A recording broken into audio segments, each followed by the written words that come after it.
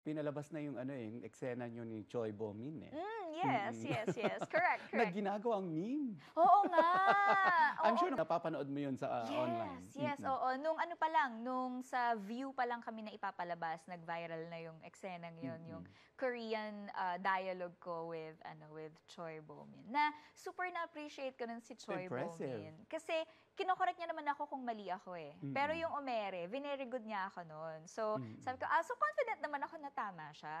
Kasi coming from a Korean actor na talaga eh. I Na, had to watch it multiple times, eh. Kasi yeah. natutuwa ako sa'yo. Parang, dinab ba ito? Hindi.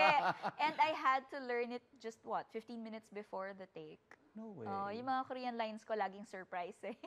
So nakatulong sa'yo yung panonood mo ng mga Korean dati? I don't watch Korean You drama. don't? I don't. Inaalalayan naman ako ni Bo-min dyan, to be fair. Kaya At saka, confident din ako na tama yung ginawa ko. nakakatawa yung expression mo, para ka nasa K-drama. Yes, oo. I think they really wanted to be that way. I mean, hence the Korean actor, diba? Ang galing, ang galing. Marami pa kami may expect na ganyan. Na Korean lines? Na Korean lines? May pabugso-bugso. Kasi syempre we have to consider also the Filipino audience. Oo. Diba? We have to cater to both View audience and free TV audience. So yes, oo, from time to time may mga ganyan. Si Bo-min, meron din siyang mga Filipino lines, ganyan. Ikaw naman ang nagtuturo.